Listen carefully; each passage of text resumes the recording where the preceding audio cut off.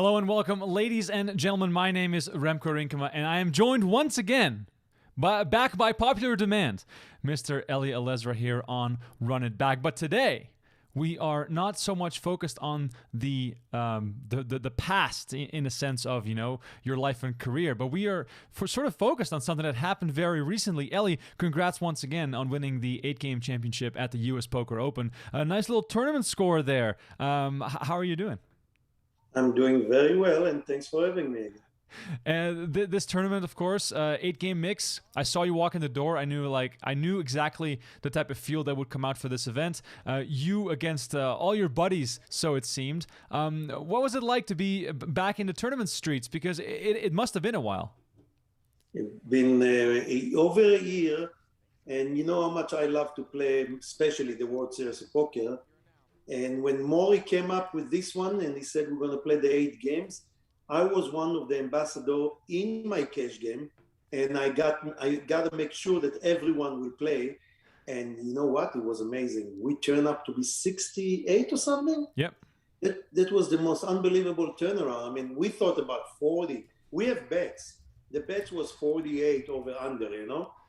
And when we got to first 150 for second, 10 places paid. We see 5 players at the final table, which means we are not seeing Nick Agenti, David Baker, Mike Gorodinsky, Mike Wattel, and Alan Richardson, who also finished in the money of this tournament. For people who are just tuning in, this is Run It Back. We look back on iconic footage from the past. This, however, is just from about a month ago. It was live on PokerGO. This final table that you're seeing with Negrono, with the old school online legend Eric123. Steve Zola Tau, Richie Sklar, and of course, the man of the hour, Eli Elezra here. And we're going to talk some mixed games. We're just going to have some fun with it. Maybe we'll learn a few things from Eli. If you guys have any questions in the chat, please send them in. We are live on Twitch, on Facebook, and on YouTube. Don't forget to like this video and subscribe to the channel, and then we'll carry you through this final table. And yeah, pay attention because you might learn a few things. I remember from this final table that Richie was very short. David Baker came into the final 7 as the chip leader. He had a horrible run in a few short hands. He was basically eliminated, and then this final table started with you and Stevie in a commanding chip position. First, let's talk about the field. Where do you think against this field are your strengths and your weaknesses? I just, first of all, I tell you, I would tell you that I know 75% of the people that play, because those are all the mixed game players from all over. Probably not as much Europeans because the corona, but we have them coming from all over, from Arizona, from San Diego, from New York. Everybody heard about this mixed game tournament, and everybody was so hungry for tournament, the way we see those days now, that there's records all over. There's record-breaking tournament in the no limit and stuff. So, I mean, that's for the beginning. I know most of the people. About the strength in this cash game, I can tell you that I feel good. I feel very comfortable going into the World Series in 3 months. That hopefully that nothing will change and they'll do all those, the schedule they promise. But I definitely feel that I have edge on some of those players that are playing with us. And 50% of the field mostly are PLO player and no limit player that pick up on the mixed game late, I would say, the last few years. And I believe that my, advantage on them was the start game for sure, because some of them are definitely missing bets and some of them are not sure exactly where they're at in the start games. Excuse me. And what I did also, I tried to avoid the no limit hold'em and the PLO, and I concentrate mostly on my limit games. And I believe that's one of the mistakes that Daniel make right through the end. That if Daniel is really good limit players also, but he wanted to play big pots, and that's why I try to avoid at the beginning. Right. So I hear a lot from players that want to get into the mixed games that the stud games are the ones where they struggle the most. And I think it's mostly because you have to pay a lot more attention and you have to memorize a lot of the cards that are missing and make important decisions on 4th Street that have implications further down the line, because you get priced in a lot with stud high, you have to go to showdown a lot. So give players some tips on how to play Third Street, and let's start with stud high, because I feel as though that's what we're playing right now. Okay, I mean, you definitely have to put your memory pack in your brain to remember cards that came out, and pay attention all the time. You cannot do it like in No Limit Hold'em. Sometimes you really don't pay attention because it's not always about the sign language, that your opponent's sending you. In here, you have to see the cards going out, and you have to pick on. I mean, I cannot ever read what Daniel have in the hole, but I definitely have a read what is he playing. So if he's playing a jack a diamond out or a six a diamond, what we see here, I need to think, okay, does he have two more diamond in the hole, and then how many diamond go out? This is definitely one of the things that you have to remember all the time, what cards go out. And that will, the release, you just mentioned it, the release on Fifth Street, a lot of players making the mistake, and let's say if they start with 3 suited card and they catch on Fourth Street not suited card, then Fifth Street is the key. If they don't catch it, don't try to chase if you catch a small card, and don't try to get married to a pot like a lot of people do. Oh, maybe I can make 2 pair if you put your opponent on a bigger pair. I mean, my scent is always, I love stud, so stud love me back. And I mean, that's one of the games that when I play my mixed game, it doesn't matter if we play 10, 15 or 8 games, it's got to be in. Everybody knows it's got to be in.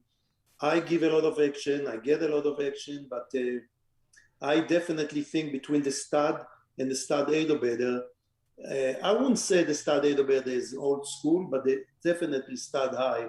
There's not many people like to put it in a mix.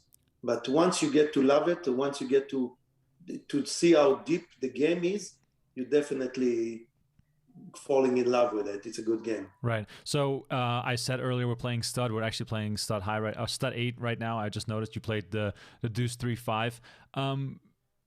Something that I run into when I play stud 8 is I get married to low hands that don't have great potential to make a high hand. Gapping cards that are low, but they don't have a lot of potential. What is sort of the cutoff point for what is a starting hand that you can play in stud 8?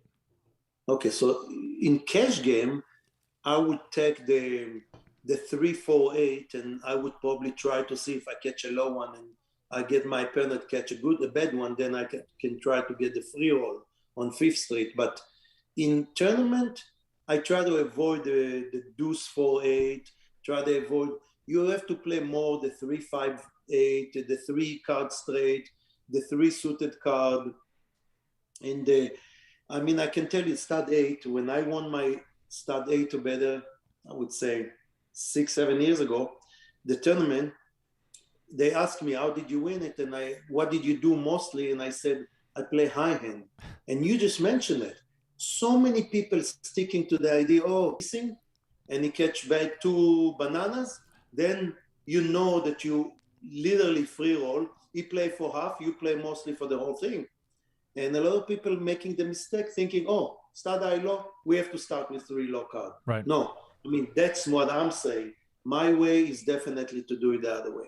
Right. And clearly, of course, when you play against a player with the low board showing, you want to avoid them making straights and flushes. But aside from that, if you play a big pair or you make 2 pair, then you're basically a lock to win the high portion of the hand. Quick round of shout-outs. I see Howard in the house, and Ori and Shaya, I think all from Israel, tuning in right now, which is amazing on Facebook. Thank you so much. Barry says, 7-card stud's the best poker game. Deal me in, Barry. PokerGo Studio. We have stud every now and then in the 8-game mix. Dominic is wondering, is this live? Yes, Eli and I are doing live analysis, but Eli's also on the screen. He is not in 2 places at once. We are watching some footage from last month. If you guys have any questions, please send them into the chat. Twitch, Facebook, and YouTube. We are live in all 3 places, breaking down this final table, focusing on the mixed games, which we don't get a lot of opportunities to talk about mixed game tournaments because they're few and far between. US Poker Open has one, and then, of course, WSOP, which we'll be doing lots of streaming come in the fall. Eli, this final table, when you look at your opponents, are you aware of some guys being very good in one particular game, or are all these guys mostly all around? Let's start with the Steve Z, and those Steve Z is older school than me. You know, he's been playing poker at least 15 years before me. A lot of respect to a guy that lasted so many years, you know, and is still there and still playing, and is still making such a dip, and he did it also in No Limit in this particular US Poker Open. And so he's definitely been there, done that. Daniel, I already faced him several times in final table. I faced him heads up, and there's not enough saying about Daniel. The guy changed. He's one of the biggest ambassadors, changed the face of poker, and he's an all-around poker player.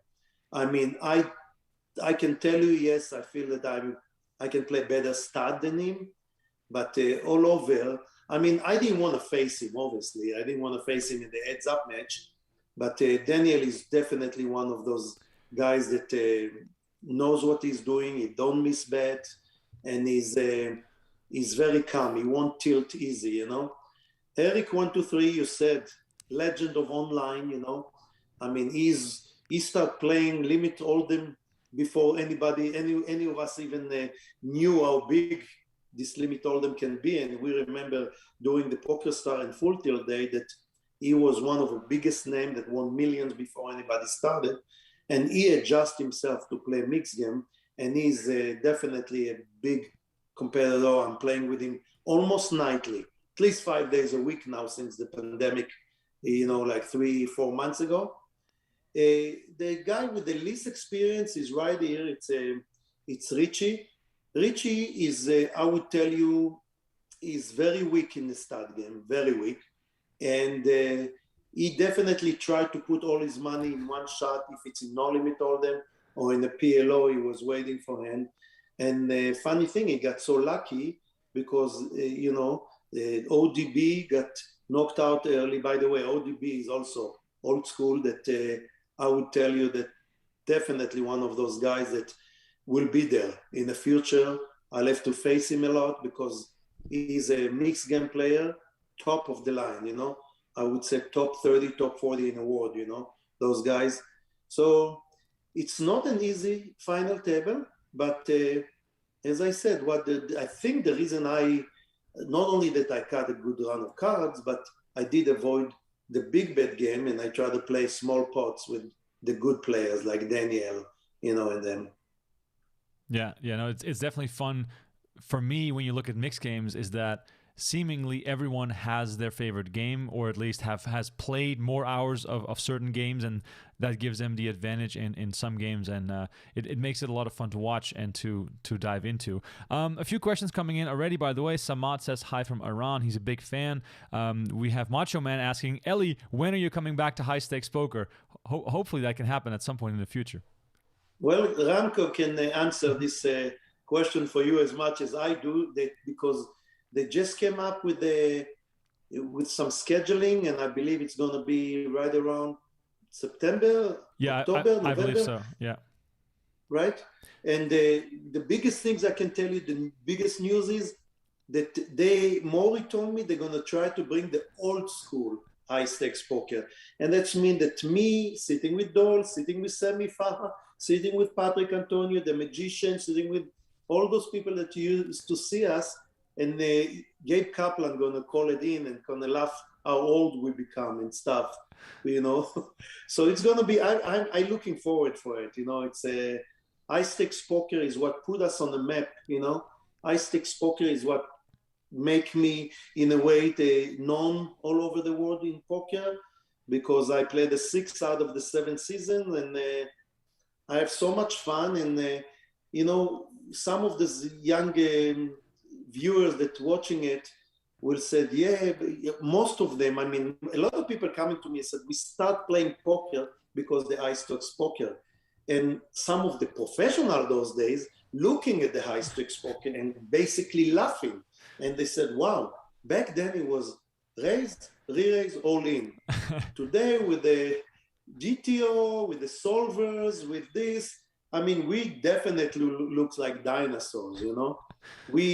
But I think everybody like our game, and they are not sure, they like the gut shot feeling, calling from your stomach, not from your mathematical view.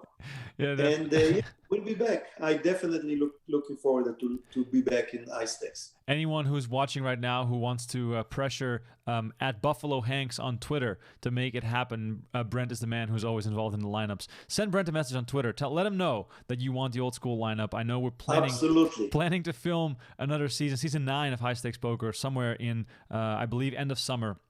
And we'll be releasing that in the fall.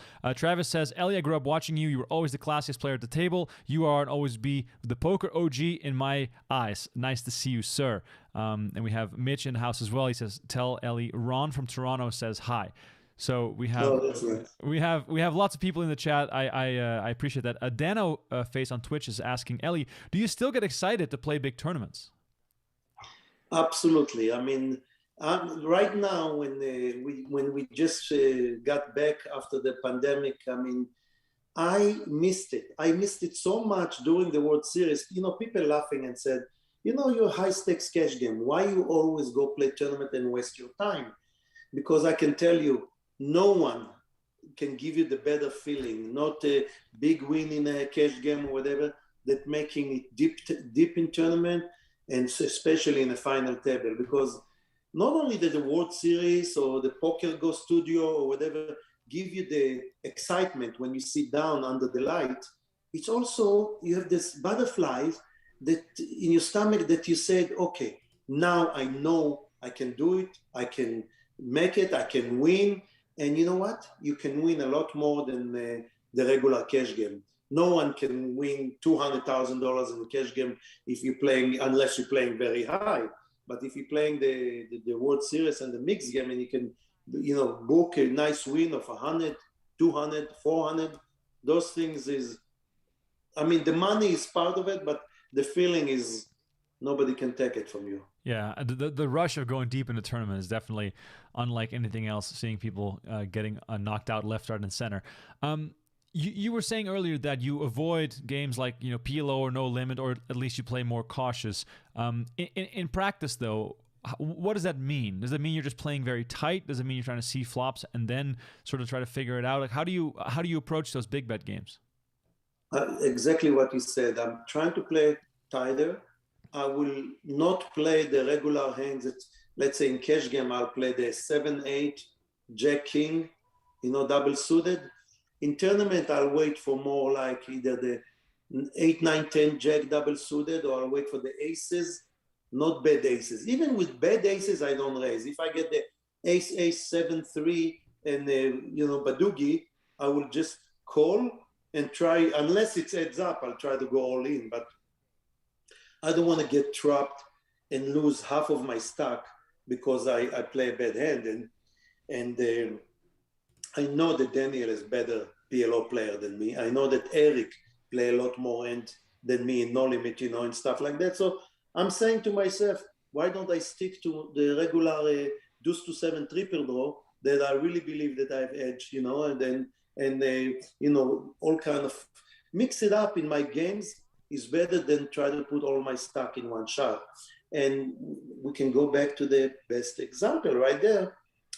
ODB couldn't do nothing about these aces against the ace king, but the ends before, I mean, the solver probably will say that yes, you have to double Daniel there, but I personally wouldn't put all the money when Daniel move all in, right the very first hand that he double him up with I believe he have ace 8 against Daniel 6s or something like that.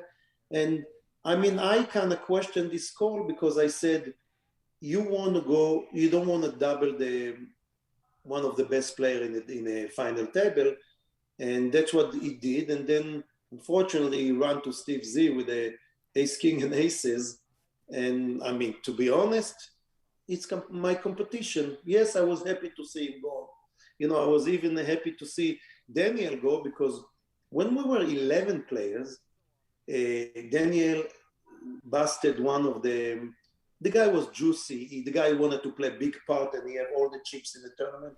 And Daniel beat him back-to-back pot to run his stack to 1.2 million. And right there, I was sitting next to it was a quick break, and I was sitting next to Allen, and Allen said, he's going to win it. Daniel going to win it. So now when there's 11 people left, I told him, okay, I lay him 2.2 to 1, 22,000 to 10,000, that Daniel won't win it, and he took the bet. And obviously it was a bad bet because there was $8 million in play, 8 million, chips in play, and Daniel had only 2.2. So I have the best of it. But it was double sweet when I knock him out in the tournament when Daniel, because I won my 22,000, my 10,000 from him. And and I know that I need to face only Steve Z, which I believe at that point that I have more experience, it's up. Right. I got some more people coming in the chat. I see Pierre from Quebec. I see Romeo watching from Germany. We have Tom watching from the Czech Republic. We have people from all over the world. We have Alberta in the house. Sam from Markham, Ontario. We have, let's see, we have tons of places represented. Toronto, more people from Toronto. We have Brooklyn in the house. Thank you all so much for tuning in. Please do let us know where you are watching from. We really appreciate it. Interesting situation here, Eli. The Queen Jack 10-9 with one suit. That seems to be sort of like the bottom of your range here. It is an amazing hand in the PLO, and I don't think there'll be a lot of people that will fold hand like that in PLO, even to a big raise, because this is basically the medicine for the aces. Yeah. People have aces and stuff. So yeah, that's definitely was. I believe I raised and he called me. Yeah. And right here, I believe, I flop a flash go, and he flopped only nothing, I guess. He flopped, a pair. So I'm 90% at that spot. And he was looking and folding over here. Yeah, that wasn't the bottom of the range. Right. But that's the PLO hand that I would definitely never lay down. But I won't play it for 3 bets all in. I will wait for something that, like what I said, a better situation. Yeah. So in a situation like this, you flop a pair and a flush draw, which is obviously great. If you don't flop anything in a game like PLO, are you quick to check back and just play it calm, because the risk of getting check raised in PLO is much greater because people can connect with the board in so many different ways? That's exactly what I did. In this lineup, I did raise before the flop, but when they check to me, I either tank check for just to make sure that maybe they'll give me another free card, or I check quick and now they think maybe I have a big hand or whatever. But I didn't want to give any extra chips. Those big blinds coming handy. And especially when you have a couple of people who are really short, and I just want to make sure that I won't give any chips away, And that's what I did in a no limit, even more than PLO. PLO, your imagination can work extra time. In no limit hold'em, I needed to have to look at flop, and it's so easy to, with your experience, to get rid of certain hands in the flop, And in this situation, we have aces all around, basically. Not the pair, but a lot of aces out there. You have ace 10, 8-4 double suited. Are those hands where you get into trouble easily, or is that a hand where it's pretty straightforward what you're looking for? Pretty straightforward. Look at that. I flop a gut shot straight and the nut flush draw. I think that, here we go, I bet 350. I believe Daniel called me when Z folded, I think. All 3 of us flop top pair with it. Oh no, he flopped 10s up, Z. Bet a big bet and he let it go. So then, let's see when you bet pot on the flop, is that to protect your equity because you have a lot of outs on later streets? Exactly. I have when I right there, I think that I have, here we go, I can see 50% to his 38%, even though I have only 1 pair. And here we go, I boom bid the turn, and right there, I didn't want him to look on any other card. You can easily think, oh yeah, but maybe there's a bigger straight, the 8-9 on there, but I just decided, even if he have the 8-9, let's say, and he raised me, I still got the clubs out. Right. So you're betting pot here with the intention to call a shove because you always have outs no matter what he has. Correct. I was going to call a shove if he decided to. When we play that, you can easily read your opponent. He wouldn't tank and try to raise you and stuff like that, so you can easily read what's going on over there. Right.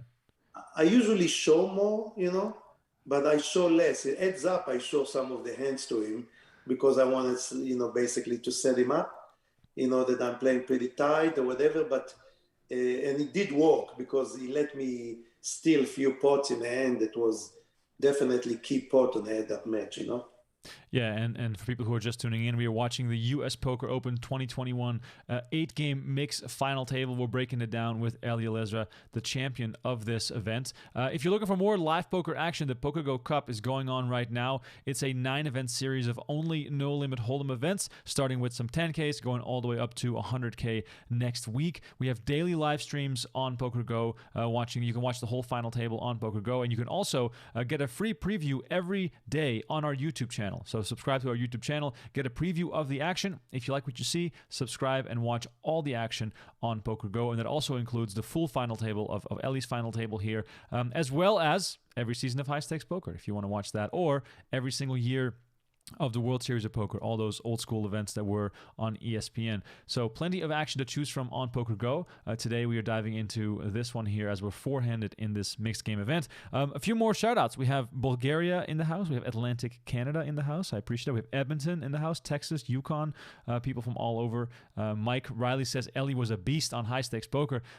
We alluded to it earlier. Still lots of love for the old school High Stakes Poker action. JR says Eli and Sammy were my favorite players growing up. They always had so much swagger at the table. Eli, you got to tell me though, the leather jacket, the rose, was it all planned ahead of time? No, I swear it wasn't. I never even thought about it. I mean, that's where we played. So the rose came out of nowhere. I sit down there and I remember that Johnny Chen have his orange, and I know that what is name from Australia got his sugar. So I decided, okay, I pick up the rose, and then sometimes I put it next to Jennifer, and sometimes I just smell it. And but I didn't even mean to make a signal. A sign out of it for the come, but it become everybody that see me and they say, "Where's the rose?" Yeah, it's fantastic, and you give the rose to Zygmunt, and you bet the rose at one point. It's in the middle. It's just really fun to watch that. All right, now we have my favorite game, Deuce 7 Triple Draw, which I think is very underrated game. I think a lot of you guys who are watching right now, if you have a chance, go play this game. The dynamics are really exciting and really interesting. Eli, can you share a little bit of basic strategy for people who are unfamiliar with this game? Yes. So Deuce to 7, I'll break it to 2 Deuce to 7. Regular limit Deuce to 7 and no limit. The no limit Deuce to 7 are in love with all the no limit players. There's so many young kids that got into it now because there's so much bluffing into the no limit, and you got a lot of ways you can, what we call in our profession, snow. If you have 3 deuces or 3-8 or 3-7, you can basically snow and fire and try to bluff. And the snowing will work less in a limit game because no limit, as I said, you can push everything in one shot. And I'm telling you, I love the no limit Deuce to 7. The limit Deuce to 7 is completely different. Remko just told you guys that he love it. There's something to love in there. You, first of all, as a new starter, never leave home without a deuce. The deuce and the 7 always need to be there, or deuce 8, deuce 4-8. Now you got 3 chances to make a good hand. And a lot of time, the biggest mistake I used to make at the beginning, I used to play the deuce 8 only, or I used to play the deuce 7-8 and for a raise. And now I hardly do it because I always take 3 cards instead of 2 cards, and I let the 8 go when it's come with a 7. If the 3-4-8, then I'm keeping the 8. But you have to remember, many times your opponent will make a hand too. And the 8-7 won't win you all the time. So sometimes you have to let the 8 go because there's 3 more 8s coming, and you always have to also count how many your opponent's playing with you, 3-handed. So there's at least 9, 10, 11 cards already lower card out. Might be cards you want. So you're not always having the best possibility to make the wheel or make the deuce 3, 4, 5, 7. But you definitely, when you go to the river, so your value of hands going way down, and all of a sudden, when you get dealt in the river a 9 or 10 or even a jack sometime, you can see players that playing just betting for value, because they know when you got one card to come, the chances your 9, 10 or jack or the 8 is definitely gold when you're on the river. And if you get raised, you have to think, who do I play against? If the guy pair, if there's enough value in the pot to call. You always count how much money in the pot to see if it's worth it for you to call with a, many players, and you know that, Remko, will call in the deuces in the river. You pair the deuce and your opponent check raise, your opponent just bet. You said, well, he probably paired the biggest one, and we've seen it many, many times. And yes, I won the bracelet because, again, I love the game. The game loved me back. So I'm going to play those. I make a couple of those final table in deuce to 7.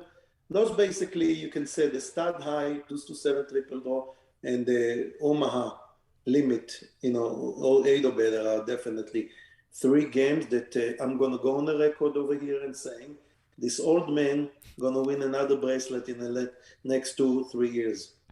That's fantastic. I hope that really comes true. In this hand, though, you were on the button. Action was folded to you. Richie is pretty short.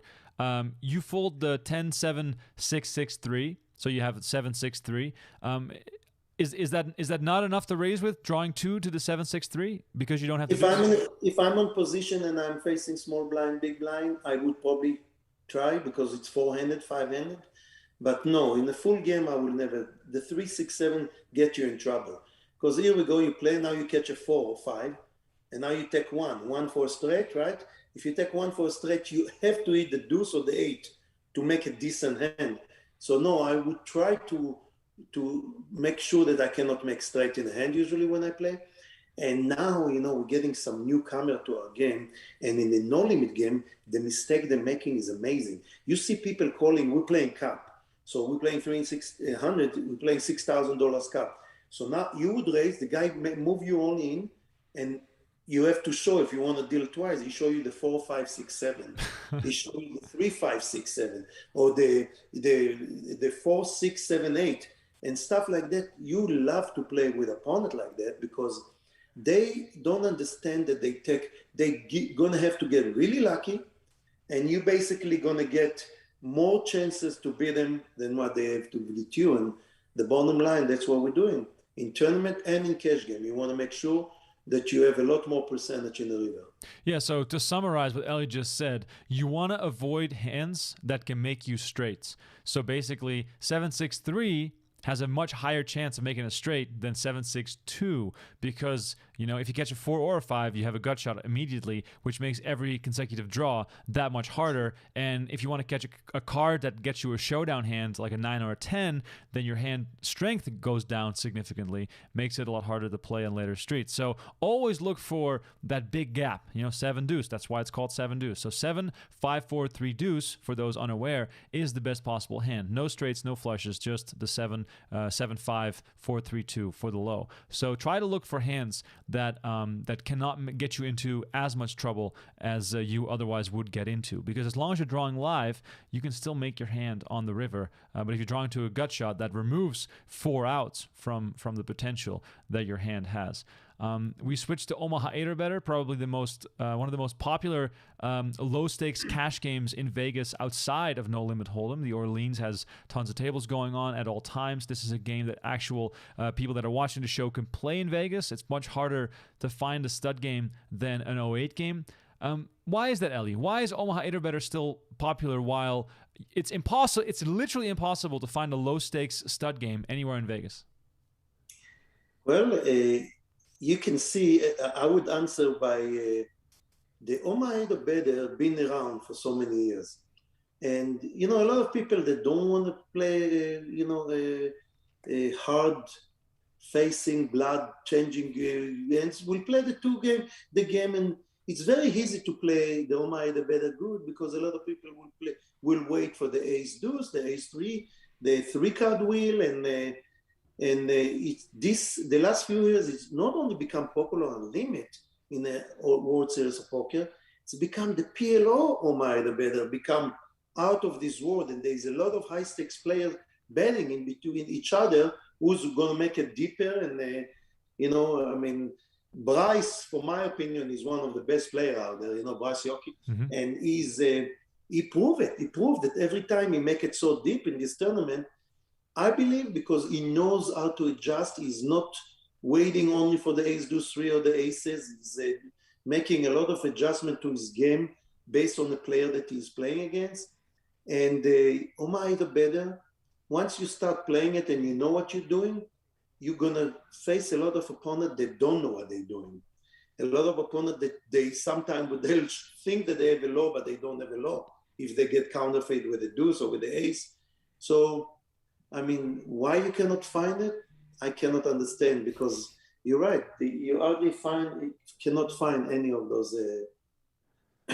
Yeah, and any of the Omar stud only right in Las Vegas those days. But you can find it in Foxwood. I heard you can see in Borgata. It used to be in the Commerce, but no more stud high is the big stud high. No more. Funny story. My first time in Vegas in 2009. I found a 1-4 spread limit stud high game at the Mirage, which they were playing with 50-cent coins as well for the ante. So it was a really fun game. The average age at the table was probably 111 years old. I was the only one not in a wheelchair at that final table, but it was fantastic vibe and really fun to soak up, because those people must have been playing for 40 years, and it was really really incredible. Anyway, we're on Omaha 8 right now, which is also a game where a lot of hands that look appealing can get you into trouble really quickly. What are some things people have to look out for that are just beginning? Like, what are some stupid mistakes you have to avoid? I would tell a new beginner that like Omaha or want to be good in Omaha to watch the good players, the players usually that win in the table. Watch a certain hand they're showing. And I follow a few people that play the game really good. Chao Chang used to play the Omaha Bear, amazing. Lu Tang is one of the best players out there for Omaha. He won the back-to-back bracelet over there. And you watching, they usually those guys will show you 3-card wheel. Because if you get, let's say you play ace deuce 9-10, and the deuce come on the flop, basically your hand is garbage. You're almost worth nothing. So they always play 3-card wheel, the ace 4-5, the ace 3-4, and some people don't understand the value of big hands. The 2 kings, king, jack, queen, or 10 jack, queen, king, because many times you'll get 2 small cards on the flop, and then you brick, and the guy that have the highest hand, like what we talk in stud eight or better, will win the pot. So yes, look at some players. And definitely, there's a lot of material out there, a lot of books. I never read any of them because I did everything, but I learned on my, on my bankroll. I may learn on my mistakes, but it's okay to go ahead and read and to see a lot of a lot of good books out there about Omaha. Right. And it's a game also that is all about saving 1 or 2 bets if you know that you can't win. In this case, we have Stevie Z going up against Negrono. This is ending up in a split pot if the players call. Daniel made the 6 low. Stevie made a straight. So, that's going to happen a lot of the times where the pot gets split. But it's about those crucial moments where you find a way to scoop or get 3/4. That's where you're going to make all your money when you're playing a game that has an 8 or better element in there. People in the chat, Facebook, Twitch, and YouTube, please send in those questions if you have them. I see more coming in. I appreciate you guys sending them. Rodrigo is asking, who's at the final table for today? Well, today, PokerGO Cup final table, 1 p.m. is when the live stream starts. So right after this, basically, we're going to have the final table of PokerGO Cup. We have Ali Imsirovic as the chip leader and Jason Kuhn also at that final table. It's a 10K no limit event, so please don't miss out on that. Let's see. Travis asking about what your strongest game is. We talked about it earlier in the show. Definitely stud. The stud variants are among Eli's best games. Yo-Yo is asking on Twitch, Eli, what's your opinion on open-face Chinese? Do you guys still play it? I basically quit it. I realized I'm not as good as some of those guys, and it's so addicting. The open-face Chinese is so addicting, and I'm the old-school Chinese. When Doyle playing with us now twice a week in Bellagio, he called me, he makes sure that we'll be there, and Me and Doyle usually starting with another one or two. We're starting the old school Chinese, the 13 card in your hand, and it's also very addicting game. But the open face Chinese become one of the Cadillac. Everybody love it for a long time, and the good player definitely is staying on top. They're winning all the money. There's so many, I mean, I saw so many mistakes I make on it. And then I even stopped when I realized there was some, at the beginning, some cheating. There was some apps that people could see your card and stuff. So at some point I decided no more open face Chinese for me, not even the app for $5. But I'm telling you, there's few people out there that will be really, really, really good. And I just don't want to face somebody I know I'm a dog. Right. Yeah. Open face Chinese is definitely it's almost like chess. If you're playing against a better player, you're going to lose in the long run. But it's definitely a fun game. Here's some no limit hold'em, the Cadillac of poker, as we all like to call it. I do notice that the limit players play no limit much more conservatively, while the no limit specialists try to make the pots as big as possible to put the pressure on and win back the money that they lost during the early rounds. A question I have for you, Eli, is the 8-game mix, that rotation of games. I don't know where the exact rotation comes from, but it's horse, and then we add triple draw, PLO, and no limit. So that is like the elements that are being combined. However, you know, as the game has modernized, as we've seen so many changes come into play, is it time to update sort of the standard rotation of mixed games, or do you think the 8 games that are still part of that mix still all belong there? Well, you remember that the year that JRB came second to what is his name from San Diego? He played with us in the final table here. I mean, the last 10, Gordo. Oh yeah, Gordo won it. Yeah. Yeah. So that's the year, the only year that they put a 10 game. They had up the Badugi and they had up the no limit deuce. And Maury told me that coming in your next, it's not US Poker Open, it's Masters. Okay. No, the next is going to be a mix with 10 games. Oh really? So oh cool. I already sent it in our group. You know, I have a group with about 100 players. You know, the WhatsApp, all the big players, and they're all happy to see the 10 game mix coming up. And I think the World Series at the beginning, because it was so easy to deal it, that's why they deal the 8 game. And yes, horse was so popular. You remember we used to have the 50K horse, and this year on the 29th of September, we're going to have the 25K horse. And I bet you that will be a record breaking. You know why? Because it's not 50. It's not out of the question. A lot of people can get, you know, stakes, and a lot of people will play their own money. I think it'll be a big one this year on this on the horse. So the horse was the original, then everybody loved triple draw, they put it in. And of course, no limit and PLO, no limit hold'em and PLO, it's one of those things that it's easy for the dealer to deal. Now, when they bring the Badugi and the no limit deuce, I love it. I want as many games as possible, but those are the ones that the 8 games stick. It's going to be also during this World Series, more 8 games than 10 games, but I mean, most of the young kids love to play now the mix, you know. They would probably avoid the Badugi and stuff like that, but to me, it's fascinating that the mix is what it is, because it seems to make more sense in my mind to have 2 flop games, 2 stud games, and 2 draw games, because then you'd have a good balance. I would say Badugi and triple draw, stud 8 and stud high, and then 08. And then this is the big question mark, the last final flop game, because I think limit hold'em is a little bit played out. It is fast, which makes it fun and exciting if you play it shorthanded. But then at the same time, you know, that final flop game, that's what I'm uncertain about. Do you still think limit hold'em has a place? We don't put it as much as a good analysis. In a mixed game, we don't put it as much. I would tell you, when Eric 123 play with us, he insists, but sometimes he let it go because few players don't want to play it. First of all, it's so fast. You're right, it's big part, but it's really quick. If we play like 6, 7-handed, it's so fast compared to the other game. I mean, how much talent you got in limit hold'em? If you ask Eric 123, he does. You know, there's a lot of people. I didn't play as much limit hold'em as the rest of the people that I play with. They play so much. Like Daniel, he grew up on limit hold'em. I mean, when I met him, when he was a small limit player, 2040, He play limit hold'em. Then if he play 40-80, it was big for him, but he play only limit hold'em. And that was the whole horseshoe and the old Stardust, you know? That's where they used to play it. Those days, you're right. You can easily let it go on those mix that you just mentioned. 2 flop, 2 draws, and 2 studs, you know?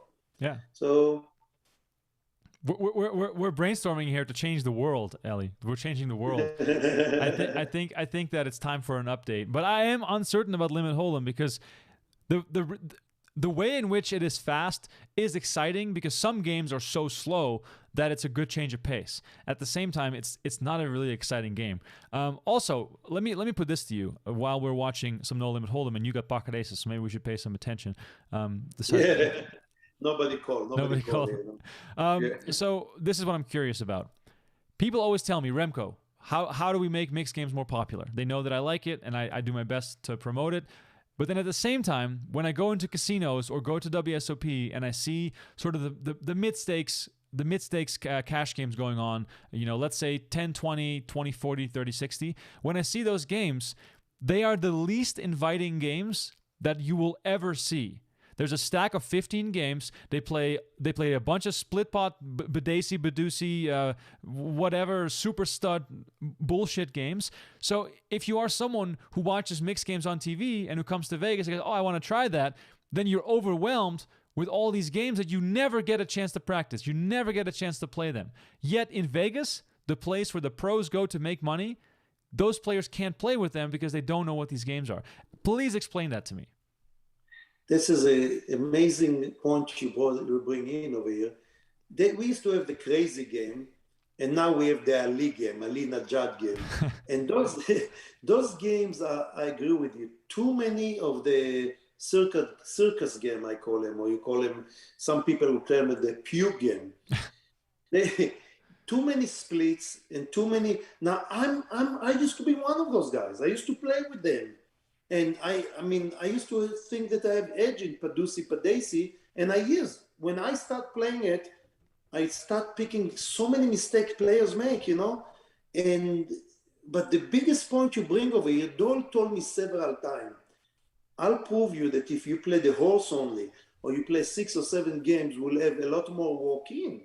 If it's sports from outside, so slowly we took, you know, we used to have Padesi, now we have only Padesi. We took all the Ras Daisy, Ras Doogie, we took all those games for the mix. Now we're playing the horse, sometimes without the hold'em, and then we're playing the triple draw only, and now we basically add up another game, Drama, a deuce to 7, and I tell you what, because a lot of people making so many mistakes, it's an addicting game. Even the newcomer, they love it, but they're making so many mistakes, so we keep it in there. The end of the day is business. The end of the day, you need to make sure that, I mean, if I'll bring you against me tomorrow, you, Remko, I don't think I have a big edge on you and oh my, or better. Or the triple draw, you see so many hands, you play, it doesn't matter if you play low limit or high limit. You know, maybe start because I play more hands than you. But most of the game, you'll match me and we base it mostly on luck. Or maybe missing bets here and there. But if I bring you in to play the drama deuce that let's say you never play, now all of a sudden you won't be sure if you should keep the pair after the flop when you have trips, or you should just let the pair go. And a lot of people keep the pair and they don't understand they get free rolled, you know? And you play all those games now, you know by now. I know you play with Robbie a couple of times, right? Yeah. My Robbie? Yeah. And I know he loved mixed game. When I went to his home game in Israel, they have a lot more games than I never heard about, you know? So they taught me about the games over there when I play in his father's place. And mix, you got no limit to how many mix you want to put. But when you get to business, you know, when you're playing a friendly game and home game with all your buddies and you're playing for a few dollars here, a few dollars there, it's fine. But when you play at a casino and you want to get invited people, first of all, I don't know if you remember, I told you one of the things that one day, I said it on Ice Tex Poker, when somebody walked into Bob's room and we have like stack of, I think 15 games or whatever, and the guy walked in and he had $100,000 chip in his hand and he was playing with them and he said, Can I play all of them? Oh, Doyle. Oh, Eli. Oh, Phil Ivey. He was so excited. And he said, I want to play the game on TV. So I was next to the game. I took all the TV. I put it underneath the table. And we moved this game to No Limit Hold'em. So yes, we're inviting people. He ended up losing 1.4 million, the guy, you know. But when somebody come now to the game and he said, I don't want to play certain game, we never make him play. It's not like if I play with regular pro and the pro will tell me, I want you to take this game, I'm going to tell him you can get up and go. But if you play with somebody that you don't play, you basically definitely adjusting. You don't know how to play drama, you don't know how to play this, we take those games for you. Or I'm doing even something, a better job for the poker community. I told them, come sit behind me or behind one of the guys, see one round what we're playing, and then they usually play the next round, you know? Right. So it all depends on the situation. Yeah. No, that's a very good explanation, and that's actually a satisfying one, because I always wondered how that works, because it's business on one side, but you also want to be inviting to people to sit down. So there's a tough balance to strike, because when you see a stack of 15 games, I don't care who you are. That's intimidating. That's definitely intimidating. Yes. A few more shout outs. We have, let's see, what is Robert in the house. We have Elon and Ben in the house from Israel. Thank you guys so much for tuning in. We have Donna watching. We have Guy watching. We have, let's see what else. We have Dale in the house. Samuel joining us. Another Hold'em is in the house. He should say we need to push for more stud 8. Such a fun game. That is definitely true. I think it's a great game. Mm-hmm. Let's see. We have more high stakes poker questions. We answered some of those earlier in the show, so go skip back if you've missed it. This is all available on demand on YouTube as well, in case you're tuning in at a later point while we're being live. Please send in your questions if you have them. Don't forget to like this video and subscribe to the channel. We're watching the 2021 US Poker Open 8-game mix. It's a 10K buy-in event from last month. So live poker is back in Vegas. PokerGO Cup is going on right now inside the studio. We have more Hold'em final tables coming to you daily, so that's always going to be a good thing. And now we're back on stud 8, back on Ellie's favorite game. A dreadful 9 there showing. 9, of course, usually one of the worst cards to get, especially if it's face up, because it hurts your chances to make the low. Well, then you have the 6-7-9, which makes sense. The 9 was in the hole and the 6-7 outside, so you can always represent different game and also make straights. I mean, the guy that just told you, stud 8 or better, for my opinion, is the most popular after No Limit. Wow. It's way before PLO. No Limit Hold'em will be first, and stud 8 or better. I mean, the field that we're getting now and stud 8 or better, even in a commerce and in the World Series of Poker over here, it's just amazing. And that's why the World Series of Poker put the $1,500 in there, and then they got the, I think, $3,000, then they got the $10,000, the World Championship. So yes, stud 8 or better, it's a good game. It's a good game to love, you know? Exactly. Nolan Kwan is asking on YouTube, and I can answer this question. He says, any recommendations for low-stakes live mixed games in Vegas? I want to learn, but I cannot afford to play 100, 200, and higher. Nolan, that is the big problem right now, is finding a low-stakes mixed game. And there's a few reasons for that. One of the reasons is there's not a lot of players. Another reason is it's expensive for a casino to run a mixed game table, because they need to have dealers who can deal all the games, and it's much easier for them to run, the cheap Hold'em games that anyone can deal. So you got to find the right casino, and then you got to find some players to play with. So I would recommend to you, start a list at a casino like the Sahara. They usually have dealers that know all the games, or at Aria. Those are the two rooms that I would say you have the biggest chance to find some mixed game players. And also I believe there's a mixed game Facebook group. I think it's called Vegas Mixed Games or Vegas Horse and Mixed Games on Facebook, and they usually announce where they're playing. I heard they had games in the past at the Suncoast Casino, or they organize the game and then they all show up at the same time and open a table with everyone. So try to find those groups on Facebook if you want to get into those mixed games at a lower stake. The lowest they'll play, and I've played those in those games before, is $4, $8, which you sit down with $100 and you can have some fun.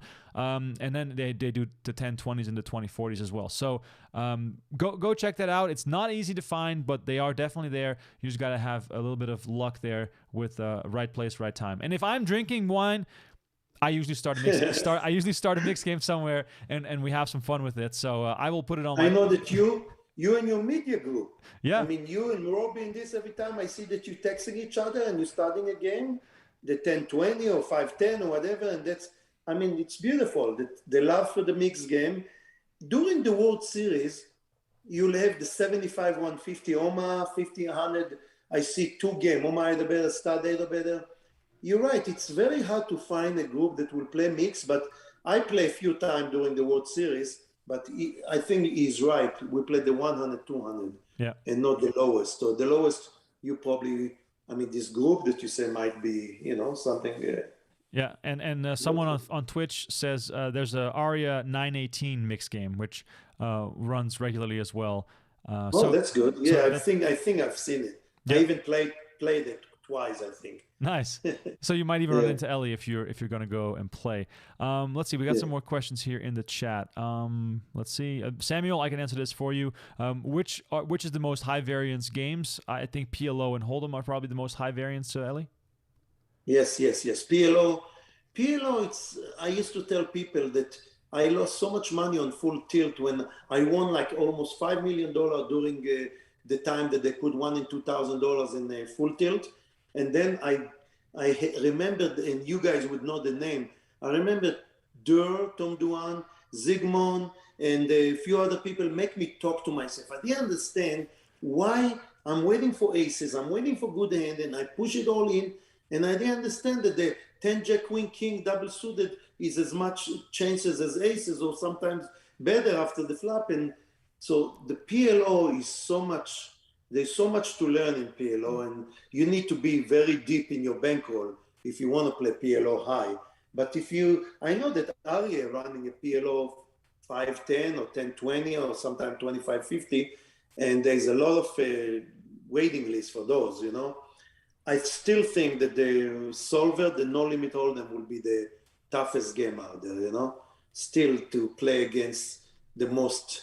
So, I mean, some of those players that I sit with sometimes when I wait for the games, I can see that I sometimes don't feel as comfortable, and not because I don't know, because it's the new generation and they are so good in no limit hold'em and they know how to pick the right spot. So yeah, those are the 2 toughest games, I would say.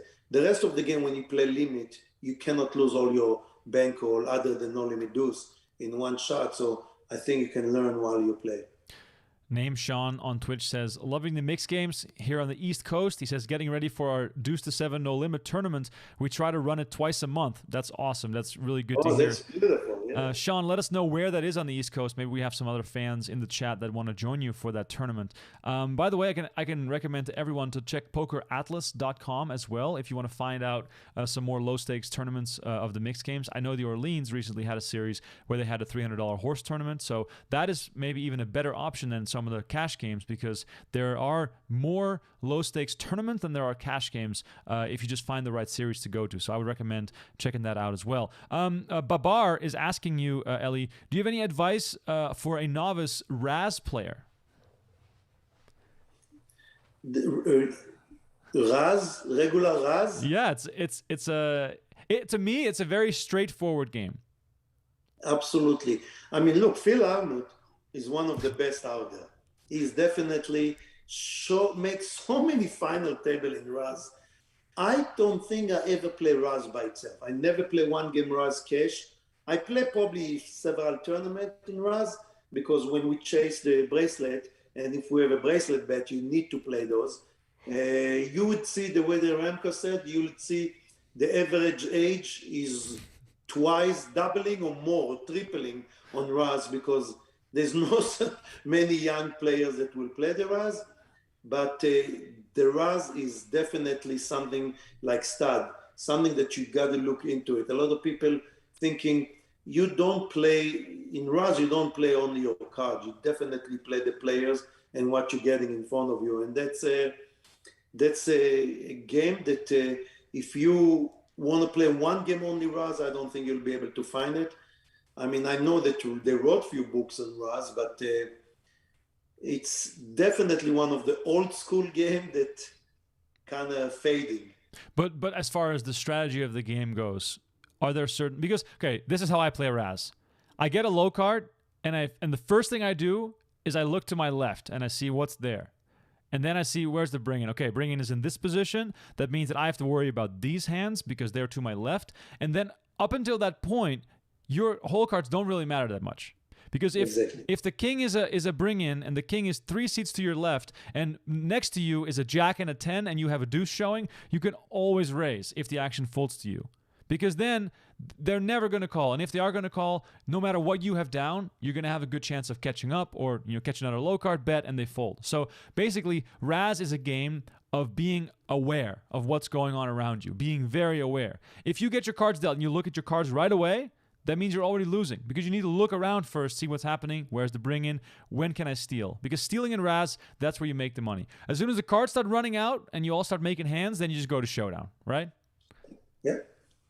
I mean, when you finally play a good player in Raz, you have to remember that if let's say you have 6-7 in the hole and there is 6-7 out, so your chances of pairing is not high, you definitely can push the pot.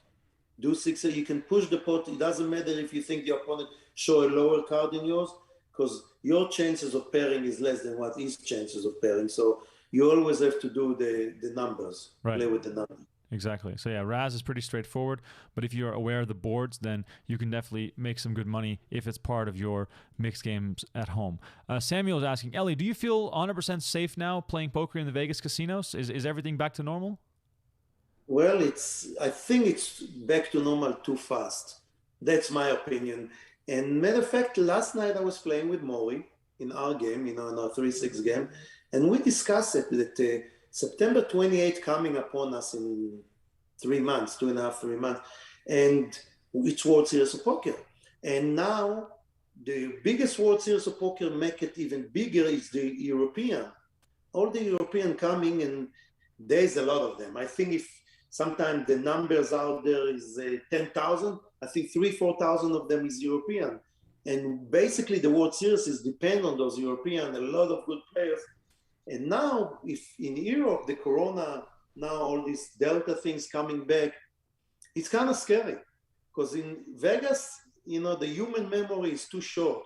It's like they forgot about it. You see a few people in mask here and there, but it's crowd. And I went to the opening of the resort, and it's unbelievable. You couldn't even move. So if we'll have, it's scary that if things coming back, but I always hope, because I'm vaccinated, that the 90-some% still work, and if not, they give us the booster and it'll work, that even we'll get sick, it'll be less. But yes, Vegas is back to way more than normal. It's so busy over here. It's complete mayhem. It's impossible to find parking anywhere. People are going crazy. We still have a lot of walk-ins that we love. It's not the regular players, and seems like there's a lot of money out there in the economy now. Yeah. So I don't know if it's the government or I don't know, whatever. A lot of money out there. People want to play. Look at the record breaking of those tournaments, the Win and Venetian. It's just unbelievable. And look what we did in PokerGo on this tournament, I think even all the no limit broke record, right? Yeah, definitely. Every single event did really well. And I think that there's just a massive appetite for poker, especially after all that time off. Meanwhile, we have Negrono versus Zola Tau heads up here in PLO. Going back to what we said earlier about the variance in PLO, here you have it. Daniel 70%, 72% on the turn when most of the money goes in. Zola Tau calls a pot bet on the turn with the open-ended straight draw is it a double gutter, open and straight draw? No, you get up and down. Yeah, open end only. Yeah. But he also has the 9, so he has a lot of outs. Yeah, open ended is the 9 and the ace. That's it. Oh yeah, 9 and ace. Yeah, there we go. I remember I sit with this hand, and I hate to tell you that, but I was rooting to Steve. Because Daniel put all his money. Look, he got nothing left almost, and now he bet the river. But Daniel is too good to call the river, because Z on the turn have only 1 king, and pair of kings. Daniel the kings with an ace, the straight draw. And the diamond draw, that's why he was 70-some%. And look at that. He got the river, and Daniel never called him on the river. He was thinking, and now the clock is working. But it is the frustrating element of PLO. Like, you can bet pot on the turn, and the ace comes, and you just know that a huge part of Steve's range includes queen jack. So it's so tough to play it in that way. And Daniel, of course, had the top pair with the flush draw, so that means that one of Stevie's aces is also dead, but then the spade pops up and he wins the pot. Exactly. If this hand goes the other way, you're heads up against Daniel. Exactly. Exactly, and I didn't want it. Yeah. Because this time it's his turn. Last time I was heads up with him, I beat him in deuce to 7 triple go Yeah. in the World Series. Yeah. I remember that. I was there. That was a You remember? Yeah, you were there. that was a very fun event. A very fun final table. Jeanette is asking, what did you think of Resorts World? Resort World is the money that the owner, whatever they told me, is Chinese owner, put in there. It's just unbelievable. The place is amazing. It's beautiful. Everything is computerized. Everything, all the chips got chip in them. Everything is so. To tell you that there was a lot of successful casinos in north of over there in Flamingo and Sahara. There's not many successful. Sahara try many times. Downtown casino is doing good, but that's all the way downtown. I was there for the first 2 nights playing poker. I was disappointed only in this, that they run out of coffee, run out of hot chocolate, run out of this. But the TV didn't work correctly. But the place is amazing. The room was amazing. But at the end of the day, Bellagio is my home. Aria is my home. And I mean, we're always going home. And Bellagio and Aria got so much bigger chances to have a walk-in and to have people that coming and wanted to play poker, because Bellagio poker room is iconic, and now the Aria. This is stuff that you cannot, it's like the old horseshoe. Everybody used to go to play there, and now you're playing in Bellagio.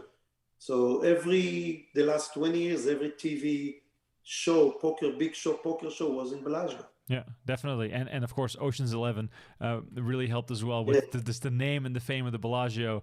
By the way, was that filmed inside the casino, or was that filmed on a set? Do you know? Were you there for that? It's filmed on set. Yeah, it's filmed on set. I asked this question. Yeah. I was curious because they of course, I remember the first time I came to Vegas, I had to walk through the Bellagio with that song in my head of like when they were walking through. It's just really funny. It's a really funny thing to think about. If you're a poker fan like myself, you just got to go check it out if you've never been. Let's say Orion says, Eli, is the 50K Poker Players Championship on your radar this year? Absolutely. Every poker player that play high limit, that count himself as one of the big boys, want to win this one. I mean, what we've seen last year, or the last time that Grinder won it, we'll never see it in our lifetime. I mean, Michael Mizrahi, for me, is so unnatural to all those games. He have every talent in poker to win those games. He's a very good PLO, amazing no-limit player with big balls. I play with him stud, and the man know how to play stud. So all those games was like made for him. And to win it, I think that recently I checked it, 2012, 2016, and 2018, it's just unheard of. Scotty did it twice, right? Scotty did it twice, but what Michael did, and by the way, I was with him in the table when there was 20 people left. And I felt when I play with Stewie Younger, the late Stewie Younger, I play with him, no limit hold'em. I felt so uncomfortable. I sit in my chair because the guy like ruling the table. That's what Michael did, And of course I want to play, and I'm going to play it, and I'm going to do my best to try to win it and to go deep on those tournaments.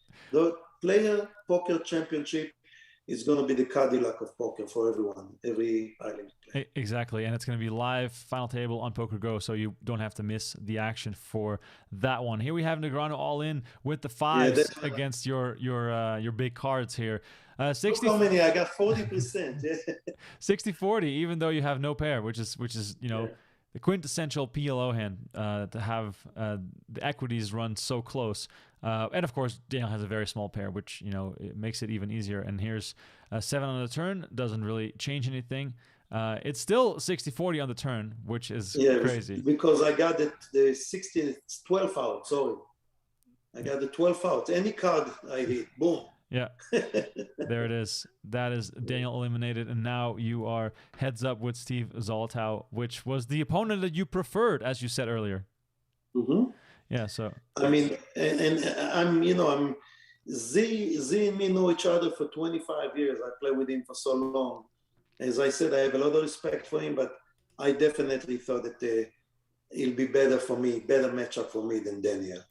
Interesting situation here for Steve. He gets dealt a straight. Is that just a hand you can fold, or can you break this in some way? Well, I would let the 7 go, obviously. I think that's what he did, right? He raised me because he have a lot of low card, but we were just talking about it, that I think he tried to bluff me in the river and I call him with a 10. He had to bet. Yeah, you had to bet when you have a straight, you can win. So I think that he tried to bluff me on the river and I call him, and that was the end of the end. Yeah, he threw the 7 away, you see? Yeah. So now he have to catch the deuce 3 or 9 or 10. That's it. That's the only card that might be good for him. And he pairs the 6. Oh, sorry. I thought this was the first draw, but you guys are already on the third. We already on the third. I think that he gave up too many times on hand, and I bluffed him in a couple of spots over there. That was definitely key pot. A couple of hands. So, I mean, one of them I know that he make a big laydown. I don't know if we get to it, but it's the limit hold'em. In limit hold'em, you never ever throw your hand for the value of the pot in the middle. And I think I have a deuce 7 diamond, and the flop came 2 diamond with ace queen 4 or ace queen 3, and I represent. He bet, I raised him real quick, and I wanted to get a free card on the turn, but for some reason I decided to bet the turn anyway, and the river came and I bet it so fast with 7 high, and he folded queen. He folded second pair for me, and I think it was one of the key pots for me, because right there I think I left him with only 1.5 million to my almost 6 million, 6 or something. Yeah. And that's the biggest things on heads up, to know how to take advantage, Absolutely. Rug Doctor on Twitch is asking, what are some of the mistakes you see a lot in the triple draw games? Stuff that I mentioned earlier, Yeah. Start playing without a deuce or drawing for a straight draw. Those are the triple, those are biggest mistake by a lot of people. And then another huge mistake, I used to make it myself when I start, a person getting dealt 9, 7, deuce 3, 5 or something, and then he's staying pat from the get-go, or 9, 8, whatever. And then he doesn't understand that he's a huge dog to a guy that to draw 3 times, even two cards, because you're giving your opponent chances to catch lower than a 9. And a lot of time people will play like that. Just last night, somebody decided to step at with 9, 8, and he have a deuce in his hand in playing this game. And I beat him. I took 3, then I took 3 again. I mean, like 3, 2, and then 1, and boom, I make an 8. So he showed me an 8, and I even make him pay for it. So yeah, those are the biggest mistakes. Don't draw for straight. Make sure you have the deuce in your hand, and don't stay too early with a 10 or 9 in your hand. Right. So even though it's hard to make a good hand, it's still, going up against one or multiple opponents with a bad made hand can bring you into lots of trouble. And don't snow too many times. Right. A lot of people will snow with 3 deuces, and they think, oh, I got cut again. Because if I see somebody immediately stay pat, I will call him on a river with a 9 or 10 sometimes, just for the curiosity. Mm-hmm. For people who are unaware, snowing is basically not taking any cards, even though you did not make your hand, and you're using that to bluff. So you look strong. It's called snowing, but in a way, of course, that makes it more complicated because there's more elements to the game. And I would say position is also very important in triple draw because you can really take control of the hand in a much easier way.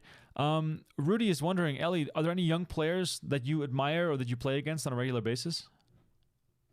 Wow, there's a lot of young good players that I'm playing with, and I mean very young. No limit, or you mean mix? If you mean mix, we start playing with some new guys. I don't know if people will recognize them, but I have like a guy named John, his last name I don't know, another Jason guy that came from outside. We have the Noah Bernstein, is very, very promising young player. We have, what is name from Japanese from Seattle. He's so good. They are so good. I call him the Chipris of Seattle. and they're good all over. They're good all around players, and I'm enjoying playing with them. It's how come I forgot his name? I got a block. Oh, it's all good. It's all good. All right, so here you are, still heads up against Steve Z, of course, old school legend, bar owner in New York City. I heard a story once, and I think Steve told a story that he used to be in the porn business. He used to be like a porn director. He has quite the life, Steve Z, and he's still making it work now. Yeah, I think that he didn't. We asked him that, and he didn't admit it. Oh, really? I don't think he admitted it. Maybe he was in one movie or something. But we asked him this question. Yeah. He's definitely, look at it. I asked him, and he said he's spending 6 months of the year in Vegas, 6 months of the year, and the other 3 months in New York and 3 months in, I think, San Diego or something. San Francisco, that's what he said. And he got places on those, and he lived the life. Yeah. He loved doing this. I mean, I'm sure, Remko, you would want to retire and play poker, right? Oh, man. That's what you want to do, right? Today would be great if we can do it today. It would be awesome. Yeah. It is the dream. I mean, honestly, if I ever win the jackpot, you can see me in your game every day, Eli. I'll be there every day. I love it. That's good. I'm doing recruiting right now. Smart man. Get in there before I get the money. For the people in the chat that are watching, we are live watching this final table from the 2021 US Poker Open. If you have any questions for Eli, please send them into the chat. They're heads up, Eli and Steve Z. So we have about 15 minutes left of this final table. Whoa! Hold'em. I hope that's limit because we haven't even seen any limit hold'em yet. I think this is it, the hand that I told you. I think it's coming up now. Perfect. We got one that the deuce 7. And this is the one that Steve Z laid down queens. This one or the second hand after that. But I tell you what, after the 68, no, it's not this one. After the 68 players that showed up, I think that it's going to be so popular, the next one. We'll have a lot more because a lot of people on the chat told me that they're coming to play the next mix, which will be the 10 game, I believe. Yeah, that'd be awesome if we have even more players in the next one. And it's good to have at least one or two of those events as part of every series.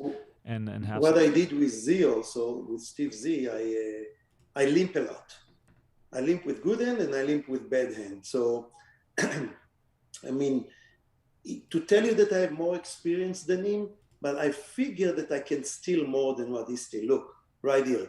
He check, I bet, I fire. You cannot call with 9-6, but because I limp, I realize Steve need some meat on the flop to call. Mm-hmm. Now, in Daniel, easily, or Michael the grinder, if I bet here he raised me, I am the one that folded, So with Z, I just realized I limp a lot and I see what's going on. And I mean, when I played the No Limit, when I won my WPT at the Mirage, a lot of people came to me and said they like the idea that I start limping because my opponent was always raised on the button.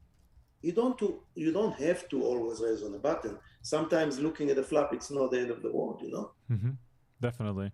And limit hold'em also, because of the structure, it plays very big as well as far as the limits of the blinds, right? Yes, very big. It plays as big as the Oma Edelbeder or whatever, and this one got no split. So yeah, definitely. So it can be a very decisive game. A question on Twitch that I think is interesting. Rug Doctor is asking, what events would you want to see at the WSOP that are not currently at the schedule? New games, new mixes, or old events that you haven't seen in a while? Well, I would tell you the pot limit hold'em, but I like it. I used to like the pot limit hold'em because you don't have to push everything before the flop. So now you can have a little game before, but they took it out and I don't think they ever bring it back. So that's an old school game I would definitely like to see back. He give less to the solver, more to people that want to see flops and then play the game after the flop. Because now when you have raise and re-raise and you have pair of 4s or pair of 6s, some people will tell you have to push it here. I mean, all those things I don't really, this is one of them. I would love to see more of the, mix. We do have mix, but we have a lot more no limit hold'em and PLO. So what the WSOP do now, they give you the championship. So they give you the, let's say, stud championship, stud 8 player. So they separate those games. But I think on the mix itself, there might be only probably 6 tournaments that going with mix only. So yeah, I would love to see a lot more mix in there. So more people will kind of jump in the water. Exactly. So those would also be my favorites. What I saw at the Win this past week, they have that mystery bounty tournament. It's No Limit Hold'em, but that was, oh my God, that was amazing. That was amazing. I really loved it. Did you play that one? I played it. Because I have a game, so I shoot only one bullet on it. The field was amazing, very soft. But for me to make the second day and to give yourself a shot of 100K, 50K, and several 25K, this is, whoever come with this idea is brilliant. Last night I told Maury that, and Maury asked me all kind of questions. You know, how is it working exactly? So it does going from the prize pool, but the nicest things is once you make the second day, everybody got a shot, and he go to and he draw one of those cards, and wow. I mean, it was really good tournament, and I bet you we're going to see a lot of more those to come, you know? Yeah, definitely. And I think that new variants of Hold'em or No Limit Hold'em are also a lot of fun to get more people in the game. And WSOP already announced their schedule, and I think they have a good mix of everything. And I think that if you're watching this right now and you're thinking about it and you can safely come to Vegas, I would definitely pick your weekend and come here and play some of the tournaments. Question from YouTube: have you ever played with Barry Greenstein, and do you still play with him? And what's happening with Barry lately? Well, Barry, another one of my favorite, is literally the Robin Hood. He was so good for poker, and I mean, I play with him a lot. I play with him during the time we play 4 and 8,000, 3 and 6, 2 and 4,000, and Barry, as I did, we both got hurt at some point, meaning, not everybody winning in our games. And we lost a lot in Bobby's room in the game. And we decided to go ahead and, here we go, this is the hand. Yeah. The 7 deuce I told you. So we decided to go ahead and take it easy and play a lower limit. But I learned a lot from Barry. The only book I read, it was Barry's book, Ace on the River, because he talked about a lot of players. See right here, he flop a pair of queen. Mm-hmm. Now, usually, look at me, I'm betting and I'm raising. Usually, person don't fold queen on the river in limit, So I think he raised me and I raised him. Let me see, he raised him, or he called. Just calls, yeah. Yeah. And the turn came blank for me. But in limit hold'em, you have to follow, completely blank. Now, I know you would never fold, Remko. I mean, not because once you have 2 aces, then how the heck I would have the last 2 aces, right? That's very true. And in usual spots in limit hold'em, you're gonna look at it. He pick up spades draw. I didn't even know that. Oh yeah. So if I play his hand, or if Michael or somebody, they check raise me on the turn to see where I'm at, So I bet he just called, and then the river, I bet again. I had to bet on the river, but look at me betting real quick.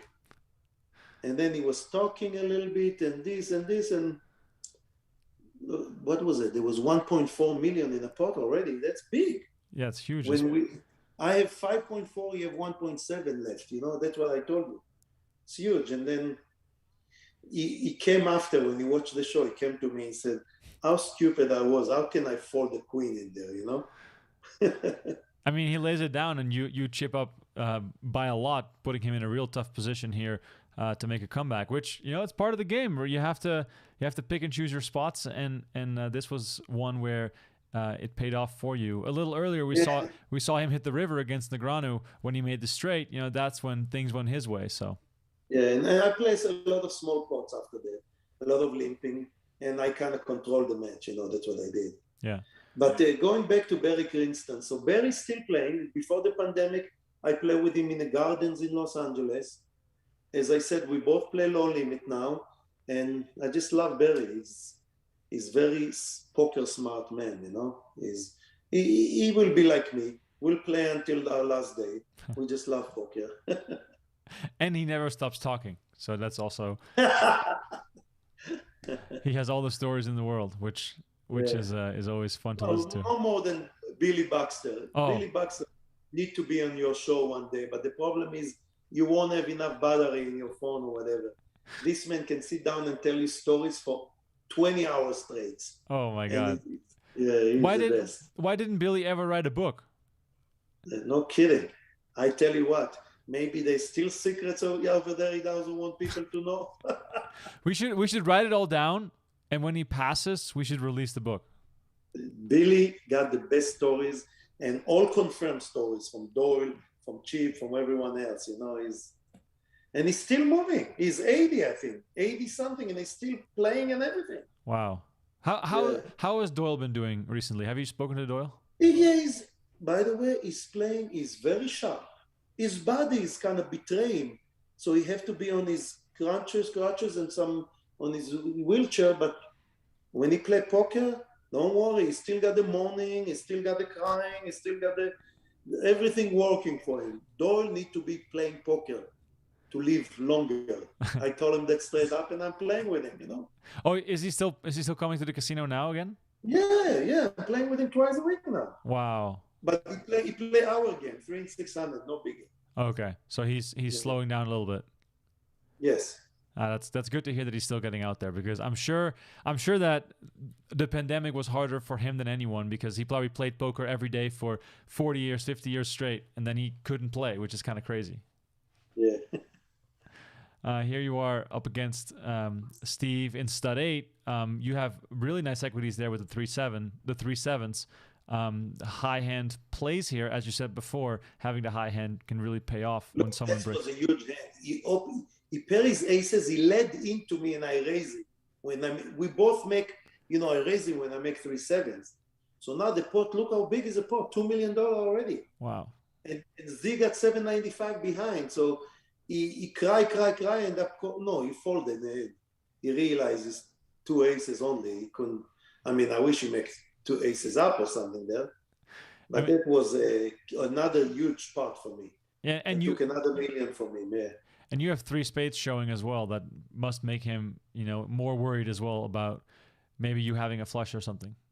It's not a lie. You have to run good I kind of slowly chip into, cut into his chips. But, you have to run both.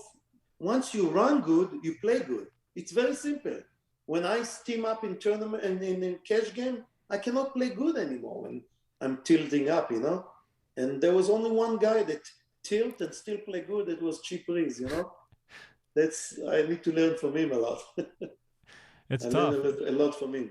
So when you play every day like you are playing now, is it tough? Because if you lose, you want to come back the next day, and maybe you have a few bad days in a row. No, you would be surprised. When I lose big, and in 3 and 600, you can lose 25, 30. It's a big loss for me.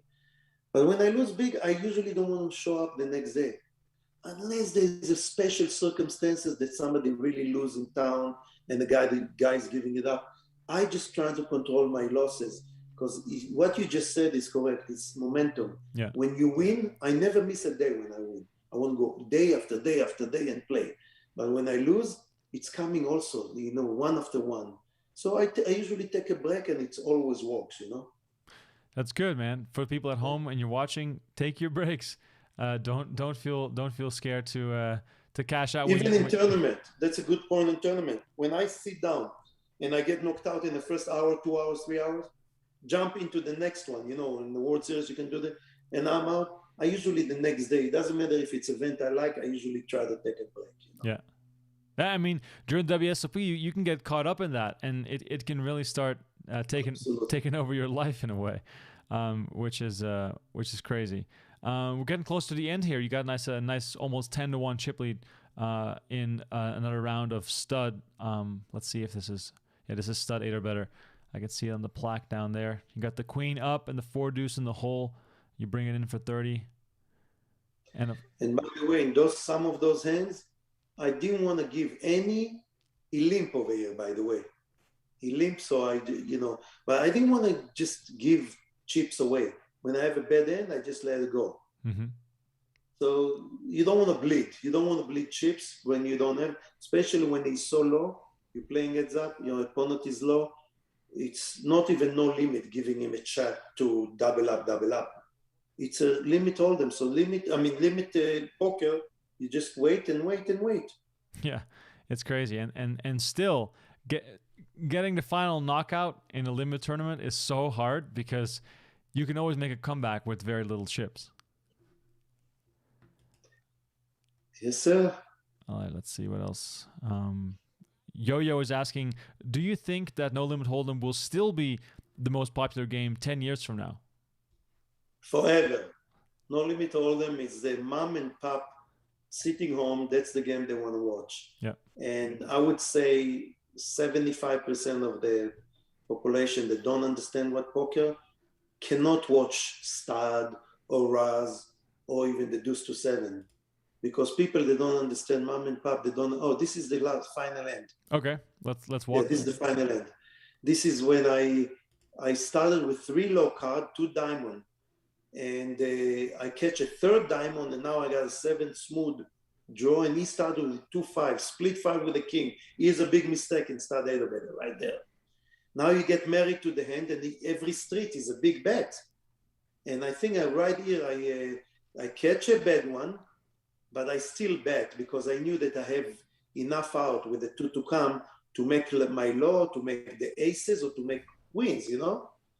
So, let me see. No, I think he started with 5. So I start with a queen. Yeah, he's the one that need to lead. So look at him. He's counting his money and he knows that if he bet here, it's over. He's all in. Because I think we play right here 300, 600 or... It's 122.40. But so that's it, 240. So right. He put that, and I think I raised him right here. And also because I wanted to see what we have. I asked him how much we have. I raised him, and now he's all in, and I help the other way. I cut a 7. And the big thing as well for him is he's thinking, oh, you're going to have a low draw a lot of the times. My 5s are a coin flip, but I still have a chance, and I'm so committed to the pot, so... He's hoping that you don't catch anything. And I cut immediately the 7, and basically I look at the river that it didn't help, and that was the end of it. Wow. It was definitely when, 5 with the king is not good hand. See, I cut a 7 right here. Now you need to catch any pair, and I still can be good if I can hit the low, and I can hit any high card, even though he paired. And that's it. That was 185,000 right there. A beautiful win, Eli, for you. Your first win since the 2019 WSOP when you won a bracelet in the stud event. So, you get your wins in the tournaments. Whenever you play, there's always a win in there somewhere. Thanks so much for being on the show. It was a blast going through all this. No problem. Thank you. Thank you for having me, my friend. Absolutely. For people who are watching at home, thanks once again for tuning in. This was Run It Back. Next week, I'm joined by Kevin Martin, the Twitch streamer. We're going to watch some old school WSOP action. Should be a lot of fun. Please like this video, subscribe to the channel, and also check out our new Run It Back Clips channel. You see it below on your screen. It's on YouTube. We have clips out there, going out there 3 times a week, so it should be a lot of fun for you guys to get caught up on some of the clips from the earlier shows. For now, his name is Eli Elezra. My name is Remko Rinkema. Thank you guys all so much for watching. We'll see you next week. Good day. Thank you.